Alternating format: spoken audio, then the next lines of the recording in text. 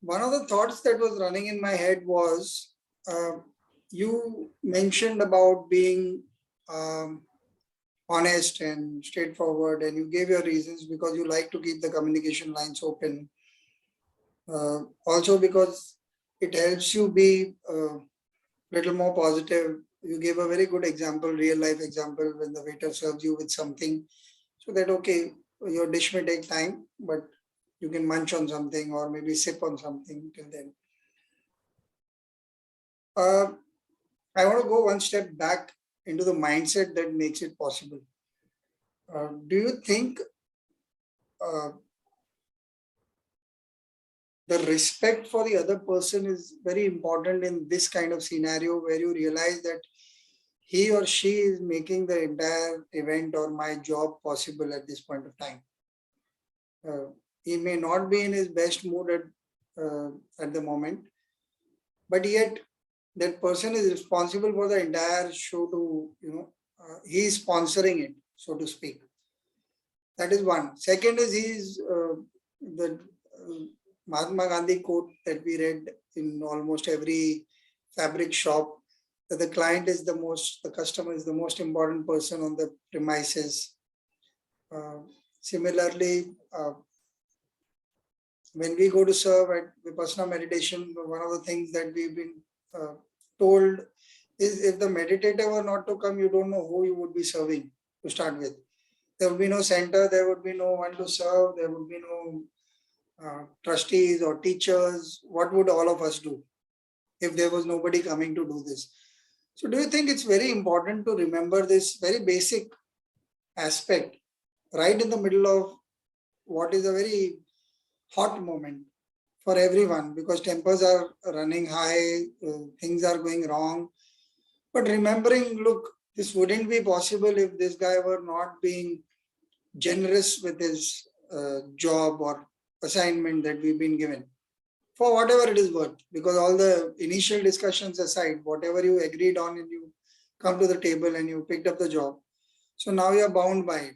Do you think all of that runs at the back of your mind at some point and you say, no, he deserves the answer? And also a sense of compassion, because I would not like to be in a place where people are keeping me hanging and they are not picking up my calls. They can say no, but at least they should pick up my call. Basic courtesy is required. The thing is, I always look at it in a way that the person who I'm communicating to may also have to answer to someone. And Ah, I totally know how it feels that when you go to someone and say that, I have been trying, but no, I am not getting an answer. You know, it just feels that you are so undervalued in the person's life that, okay, they are not even receiving your calls. And I don't want to do that to anybody, because I genuinely value anybody who I interact with. yeah. So the first thing, that's my main reason to keep the communication flowing, because eventually the moment whatever answer I give that person may go and give that answer to somebody, and at least he will still be respected there, that okay, you got an answer. It may not be an answer that is liked by anybody in that chain, but still there is an answer. There is no that person doesn't get undervalued uh, from either ends. you know I think to give an answer to somebody and not keeping a person hanging is the best way to tell someone that you are valued and I value your time, or the work that you do, or anything. And that's my main thing of keeping it flowing. It's wonderful. That sense of empathy is required. I never thought of this before now. Although I do follow the same principle, because I think uh, there are days when if you nag me with sick calls, then it becomes difficult. But if I Yeah. told you clearly, look, I am not going to be able to give you this, and then you keep on pressurizing, but I've already told you no. So sometimes I Yeah. may not pick up. But most of the time, I do understand, or after the fifth or sixth call, also I'll send you a message. Look, I meant it. I'm not going to do it tonight because it's not possible for whatever the reason. I think this empathy is good, and you've given me a new perspective to think about, because this happens very often that after the initial discussions, a lot of to and fro happens with the juniors, and you need to at least tell them where the job stands at that point of time. A random question that came to my mind while you were answering was, because it stuck from the moment you said that you were earlier in microbiologist. So I'm quite overawed that I have such a qualified person on the podcast. So might as well ask you a question. uh, how I'll also give you a bit of background. I've been a very bad engineer for a while. In the first few years of my work life, I was quite bad, and now I have no harm in admitting it. At that point of time, it was quite a bit of soul searching that happened, because I didn't know that I would be a writer or that could be paid for that kind of talent I had. But over a period, I have realized that education, even if it is not directly connected to the field of work that I am in, it has greatly influenced my ability to break things down, because in engineering you're taught to go back and say, okay, this is how it works, this is how it works. It has helped me a great deal work with a lot of engineering clients, lot of clients who value my discipline more than my talent, I would say. And I'm glad that that's the way, because I sometimes think uh, talent might fail you. If you have a good discipline, it helps create a rapport which lasts for a longer period of time. So, is there any influence that your education as a microbiologist had on events, considering that they're really poles apart as much as a field can be from another? So, yeah, I don't think, in terms of, yes, what you physically do, they are poles apart. But the kind of mental space and the kind of patience that it has, that something like this has given me is humongous. I mean, we used to have books that were like so thick, and we had to read them. You need patience to go through that much material, that much content, and decode that in a really thin sheet of answer paper. That, and of course, that reflects in the kind of life that I live now. I have, really, I sometimes I feel I'm surprised with my patience. I have insane amount of patience with things. Similarly, we used to do these very little tiny things, not that micro, but you actually use things that are very small. Sometimes you use small petri dishes, you play with those little test tubes, and you look at things under a microscope sometimes, and those things are so delicate to handle that you need that little space of your own to do some really good things. And that shows in the kind of person that I've become. I can handle those small detailed things very well, and for most part of my life actually I can do that. So that reflects, and that patience that it gives you. okay. And This, yeah, go on.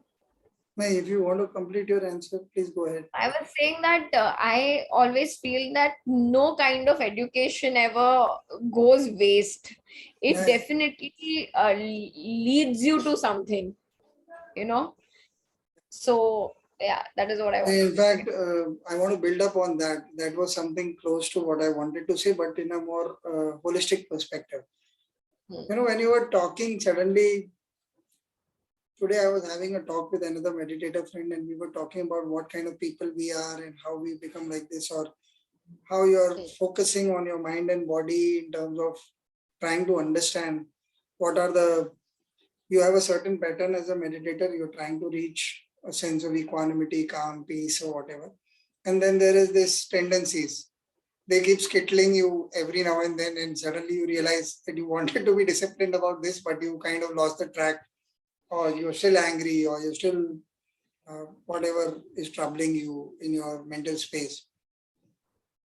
So one of the things that struck me when you were talking is that we are so proud of the fact that we do these things. We go and study microbiology or engineering in my case. We went to events, we took this choice. Uh, we are what we are today because of the uh, calls we took. While that is true, and on one level, these are very important calls because you cannot do away with responsibility of what you're choosing. But at the same time, there is a sense of, that you were to be a microbiologist, you were to have this event based career, you were to bring these two things together. And of course, it's very dynamic because every moment you are creating, co-creating with the universe or world or nature, whatever one wants to call it, God, it doesn't matter. Do you feel a sense of wholeness to your being with these all these uh, varied capacities or varied push and pulls of life? Or like you also initially put that I'm very disciplined, I like plans, I like this, but at the same time you said I leave certain part open. Then you actually put it in perspective saying as a freelancer I never know what's going to happen, but I'm very disciplined about things that I know what is going to happen. Now, these are very contradictory things, but they come and fit so beautifully in your life that they seem seamless, that there is no, they're not contrarian to each other. So, do you feel a sense of wholesomeness in the way you perceive things as you grow and find that these different tendencies are sometimes in conflict in little things, but overall they are never really a big bother per se? What do you have to say about that? For somebody who has switched things and my reason for switching to career was simply because I think I was done with studying so much, and I always wanted to be in the entertainment space. Like, I'm very passionate about entertainment since a child. I think I never wanted to be a engineer or a doctor, never. But Hmm. yeah, of course, you know how 80s children grow up. They have to Yeah, be a doctor or an engineer. barabar. So those kind of stories are also there. But I'm very glad that I got to take that decision of eventually not becoming a doctor and pursuing something. Again, when I left my medical seat and when I decided that I'll do microbiology right now, I didn't know what is in store for me. I didn't even know what career or what life would being a microbiologist give me. I never did any research. I had no idea what to do after I would graduate when I was in first year. uh, just to escape that medical seat, I told my parents that, okay, I know what happens with microbiology and it'll all be sorted. Don't worry. I just wanted to escape from that medical seat. And that's the reason the next best thing was do your bachelor's in science, because it's 80s Yeah, children, they have to do science. yeah. So that's why I got there. And I think slowly, when I just started doing my own R&D, I would say, that what all I can do. I realized that, okay, I'm not going to enjoy anything. But then this thing suddenly came to me. I would say it was just pure luck or maybe destiny that I was supposed to be an event manager. And it just fell in my lap. And I just knew it from the word go that I have to do this, you know, and very glad that this happened. Yeah. That this thing came. So So, if coming to your question that about how I feel whole as a person and how it has shaped me, I never thought about it actually. But if I look back at it today, I know that it made me study hard because I knew I had to get that medical seat. I got good marks. Thanks to that, I got a good college. Thanks to that, I ended up in good company, I would say. I yeah, had a very good company which shaped me. I had very good professors who have been who shaped my life like that. More than that, it was my friend circle. So I knew, and then thanks to that college, I got this opportunity of getting into events. So that's how it, one thing led to another. But that thing that, okay, you got to work hard and excel was always the thought for me. And that gave me better options, I would say. Yeah. Yeah. I think, like I qualified the question with saying that you cannot run away from the responsibility of your decisions. That always stays foremost, because unfortunately, destiny and fate and such things are very loaded words, and a lot of people take whatever meanings they want from them. I think at no point uh, can one forget that at this moment, if you and I decide to speak and we are talking, and we cannot do away with the responsibility of what questions I ask or what answers you gave or what context we are setting for people. Whether it works outside in the world and people get inspired by it or find some solace in uh, any of our answers, which is the objective of the entire values workshop thing. That is a separate thing. But we cannot throw it away to fate and saying, okay, it happens when it happens. Like this time, I took my break quite seriously and I was kind of enjoying. And I said, yeah, it's a nice life if you do not have to week after week have an episode ready. But I kept getting calls. In fact, people thought I was unwell or something. So I said, okay, there is a small number of people who are kind of really waiting for it to come back.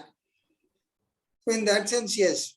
Um, One last question. You mentioned good friends. I personally also uh, have had many friends over the years, and I've gained a lot of understanding. And what I am today is obviously a result of the kind of friends that I made over the years. But over a period in the last, say, decade or so, my understanding of friendship is far more deeper in terms of how people can either ruin your life or make it better when you are in their company. And that is not spoken often enough, because this happening thing, okay, let's go to pubs and go to the discotheques and let's live our life, and we are far more younger, and all these things are definitely required because you need that exposure, you need that understanding. These are joyful times, we cannot deny that they give us a certain sense of joy as well. But defining your life by those kind of moments is actually a disservice to your own sense of being. How do you see friendship from that angle? That's one answer that I would want from you. See, for me, it's more about being responsible. Like, I have some responsibilities and I know that. If you don't let me perform my duties and my responsibilities, while I'm with you, then I don't value that kind of relationship. Like, I like to ensure that if somebody has their things to do, which is their responsibility, like for example, you may have to go home to feed your pet. You may have to reach home at a certain time so that your parents sleeps, otherwise they are awake till the time you are out. So that is a kind of responsibility that I feel that is there. So if I am leaving, or I'm putting in my best to perform that responsibility, and if I don't have cooperation from you, I know that there is a certain value that I'm being undervalued. Similarly for me, like if you want to tell me that, okay, I have to go and I have to reach home because I have to give medicines to somebody at home, or I have a presentation to complete, I have a deadline, I need to leave. I don't want to ever, as a friend or as an acquaintance, stop you and say, "Arey, बैठ जाना, 10 minute में क्या होगा?" No, Yeah. I'm not the person. I would want to value your work. I want to value your responsibility. I want to value just that you said that, okay, I need to leave, I have something else to do, and I want to let you move. That is a kind of relationship that I look up to a lot. more than being, stay back, अरे बैठना वैसे. That is my kind of space. It's a So wonderful answer. Wonderful answer. Because of all the words that I have seen used or I have used myself vis-a-vis friendship, responsibility is something that I have not seen it as. And I like the fact that you have, whether professional questions or these kind of personal questions, you always put that uh, sense of value on one's own being, because that tells me that you find yourself important enough to work on yourself in whatever way may suit your personality or what you want to do with your life. And that in turn helps you become a better friend or a colleague or stuff like that. That correlation is a wonderful thought to end this conversation with. It was fairly easy. Come on. And we've always bonded well and conversed well on a number of issues. I'm glad this is on camera. Hopefully, a lot of people will take away some good things from this. We can only wish for that. so yeah, thank Again, you for having me. So thank you yeah, so much. pleasure, pleasure. I'll see you around. Thank you. Bye. Bye.